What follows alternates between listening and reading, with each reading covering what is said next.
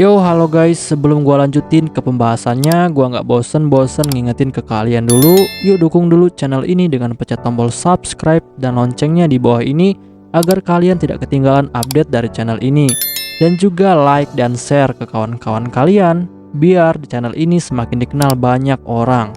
Pastinya dukungan dari kalian sangat gua butuhin, untuk ngebuat gua terus semangat dan terus update ke depannya. Oke, kalau gitu, kita langsung lanjut aja ke pembahasannya.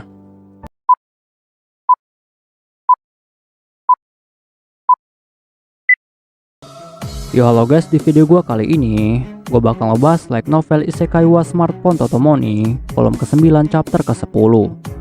Di chapter ini bakal dibahas tentang pencurian frame gear bagian keempat. Untuk kalian yang belum nonton chapter sebelumnya, silahkan ditonton terlebih dahulu.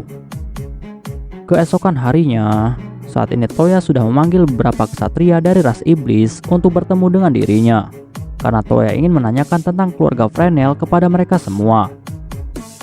Lalu setelah itu, Toya pun memberitahu mereka semua bahwa sebenarnya Spica berasal dari keluarga Frenel yang ada di dalam kerajaan Senoa. Dan hal ini ternyata membuat semua orang menjadi sangat terkejut. Lalu Toya bertanya kepada mereka semua, apakah mereka semua tahu tentang keluarga Frenel. Lalu Lamia pun langsung menjawab bahwa tentu saja semua ras iblis dari kerajaan Senoa pasti sangat tahu tentang keluarga Frenel, karena mereka itu adalah keluarga yang sangat kuat dan juga sangat terkenal di kerajaan Senoa. Bahkan keluarga Frenel adalah satu-satunya keluarga bangsawan yang bisa menguasai gaya bertarung Silguard. Toya yang mendengar hal ini, dia pun lalu menjadi semakin penasaran. Kenapa bisa Spica yang berasal dari keluarga bangsawan kerajaan Senoa mau jauh-jauh datang di dalam kerajaan Brunhild, dan hal ini membuat Toya sangat penasaran. Lalu Lamia memberitahu Toya bahwa keluarga Frenel adalah keluarga ksatria yang memiliki tugas sebagai pengawal langsung dari keluarga kerajaan Senoa. Dan setiap keluarga kerajaan termasuk Lord sendiri, mereka pasti memiliki satu penjaga yang berasal dari keluarga Frenel. Dan mereka itu sudah seperti penjaga pribadi milik keluarga kerajaan dan memiliki status yang sangat tinggi, bahkan hampir menyamai keluarga kerajaan. Lalu Toya bertanya lagi kepada Lamia dan juga yang lainnya, apakah kemungkinan Spica adalah penjaga dari salah satu keluarga kerajaan. Tetapi Lamia lalu menjawab bahwa dia tidak tahu tentang hal itu, karena sejauh yang dia tahu bahwa untuk laki-laki yang berasal dari keluarga Frenel akan ditugaskan untuk menjaga keluarga laki-laki dari keluarga kerajaan. Sedangkan untuk wanita, maka dia akan ditugaskan untuk menjaga keluarga wanita dari keluarga kerajaan. Tetapi dari apa yang dia ingat, bahwa saat ini keluarga kerajaan tidak memiliki anggota keluarga perempuan, sehingga saat ini tidak ada penjaga wanita dari keluarga Frenel yang memiliki tugas menjaga keluarga kerajaan. Toya yang mendengar hal itu, dia pun lalu menjadi sangat terkejut. Lalu Toya bertanya lagi kepada Lamia dan juga yang lainnya, jika saat ini keluarga kerajaan Senoa tidak memiliki seorang wanita pun, maka itu artinya Lord Senoa tidak memiliki seorang istri. Tetapi Lamia lalu menjawab bahwa Lord Senoa saat ini pernah menikah dengan 2 orang wanita, tetapi yang dia tahu kedua istrinya telah lama meninggal karena sakit keras. Tetapi kedua istri itu telah melahirkan anak yang semuanya adalah laki-laki. Lalu Toya bertanya lagi kepada Lamia, apakah dia tahu apa yang terjadi kepada keluarga Frenel di dalam kerajaan Senoa saat ini. Tetapi Lamia langsung menjawab bahwa saat ini dia tidak tahu apapun tentang hal itu, karena dia telah meninggalkan kerajaan Senoa sudah lama sekali sebelum masalah ini terjadi. Toya yang mendengar hal ini, dia pun akhirnya langsung mengerti. Bahkan di sini Toya tidak mau membahas masalah pribadi dari Spica lebih jauh lagi, karena hal itu bukanlah tindakan yang baik. Lalu setelah itu, Toya pun langsung datang menemui Spica yang sedang berlatih di arena latihan untuk melihat perkembangan dari Spica.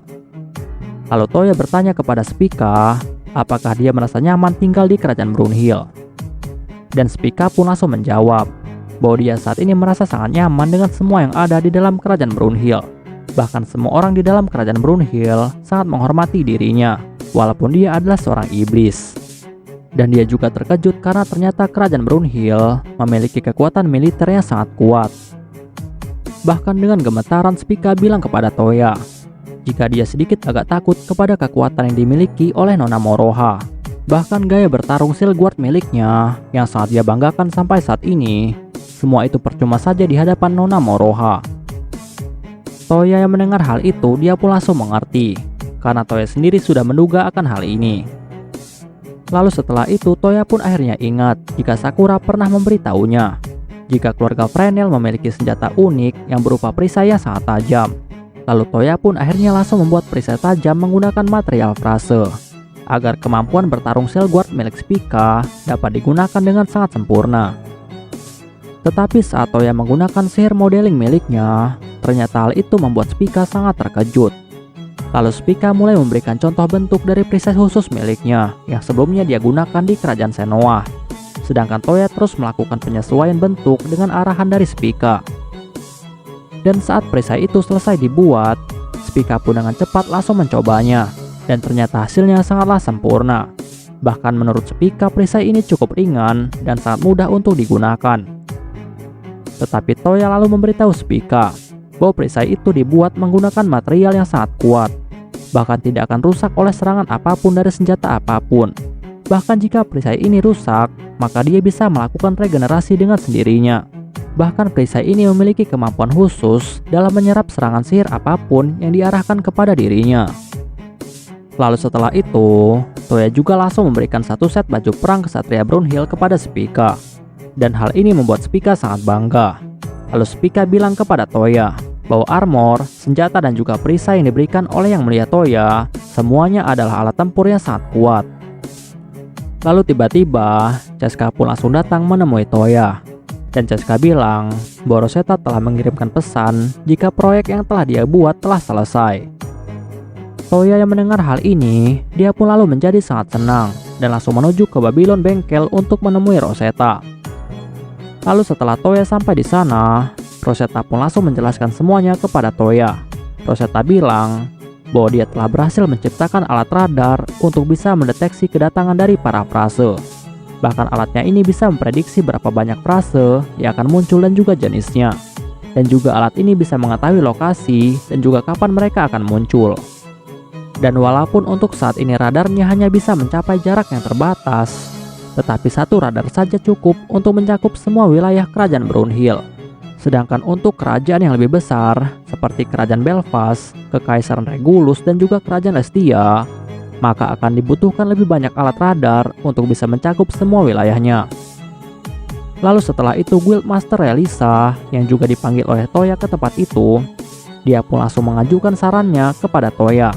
Dia bilang bahwa dia ingin alat-alat ini juga dipasang di setiap guild petualang, sehingga guild petualang akan bisa mendeteksi kehadiran dari para frase. Dan mereka juga akan bisa memberitahu pihak kerajaan tentang kedatangan para frase. Karena jika alat-alat ini hanya dipasang di kerajaan Aliansi Timur Barat saja, maka kerajaan yang tidak bergabung di dalam Aliansi Timur Barat akan sangat berbahaya. Dan guild petualang yang memiliki cabang di setiap negara yang ada di seluruh dunia ini, mereka dapat menjadi pusat dari radar tersebut. Agar negara yang tidak tergabung ke dalam aliansi, mereka juga akan tetap aman dari serangan frase. Dan ini juga akan memudahkan Toya untuk melacak kehadiran para frase. Toya yang mendengar hal ini, dia pun dengan cepat langsung setuju. Lalu setelah itu, Toya pun langsung mengadakan pertemuan kepada semua negara Aliansi Timur Barat untuk membahas tentang hal ini. Dan di dalam pertemuan ini, Toya menawarkan kepada setiap negara aliansi, jika setiap negara yang ikut serta di dalam setiap pertempuran melawan frase, maka mereka akan mendapatkan bagian dari material frase yang ada. Karena material ini sangat langka dan juga unik. Dan semua pemimpin Aliansi Timur Barat yang mendengar hal ini, ternyata mereka juga sudah tahu tentang material frase. Karena mereka telah melihat sendiri kekuatan dan juga kemampuan yang dimiliki oleh alat-alat perang milik kerajaan Brownhill yang dibuat menggunakan material frase. Dan semua negara aliansi sudah tahu jika material ini sangatlah berharga. Lalu semua aliansi pun akhirnya setuju dengan hal ini. Dan juga Toya bilang kepada semua negara aliansi bahwa setiap negara aliansi manapun yang wilayahnya diserang oleh frase, maka dia akan mendapatkan bagian dari material frase lebih banyak daripada yang lain, yaitu sekitar 80%. Sedangkan 20%-nya akan diambil alih oleh kerajaan Brownhill. Tetapi saat pertemuan akan diakhiri oleh Toya, tiba-tiba saja Doge dari kerajaan Rothmer, yaitu Nona Audrey, Dia pun langsung memberitahu semua pemimpin negara aliansi, termasuk Toya, jika beberapa hari yang lalu Dr. Bowman telah melarikan diri. Toya yang mendengar hal ini, dia pun lalu menjadi sangat terkejut. Karena bagi Toya, Dr. Bowman adalah orang yang sangat berbahaya, dan dia memiliki pengetahuan zaman kuno yang sangat mengerikan. Lalu Nyonya Audrey memberitahu Toya dan juga yang lainnya, bahwa kemungkinan Dr. Bowman telah melarikan diri ke negara yang lain, sehingga kerajaan Rotmere tidak bisa melakukan pelacakan terhadap Dr. Bowman. Tetapi Toya lalu bilang kepada semua orang, bahwa menurutnya Dr. Bowman tidak akan bisa melarikan diri tanpa bantuan dari seseorang. Dan dia sangat penasaran siapakah orang yang telah membantu Dr. Bowman dalam melarikan diri. Dan dia merasa sangat khawatir jika nantinya orang itu akan menggunakan pengetahuan yang dimiliki oleh Dr. Bowman. Karena walaupun Dr. Bowman adalah penjahat, tetapi tetap saja dia adalah seorang ilmuwan yang sangat jenius. Bahkan dia memiliki pengetahuan milik Dr. Deborah Elks dari kerajaan Patheno. Tetapi saat Toya ingin melakukan pelacakan keberadaan dari Dr. Bowman, ternyata hal itu tidak bisa dilakukan. Dan hal ini membuat Toya sangat terkejut. Lalu Toya pun akhirnya berpikir bahwa kemungkinan saat ini Dr. Bowman sedang bersembunyi di suatu wilayah yang terdapat penghalang sihir, sehingga keberadaannya tidak bisa diketahui. Dan hal ini membuat Toya merasa sangat cemas, karena dia tahu bahwa hal buruk akan segera terjadi.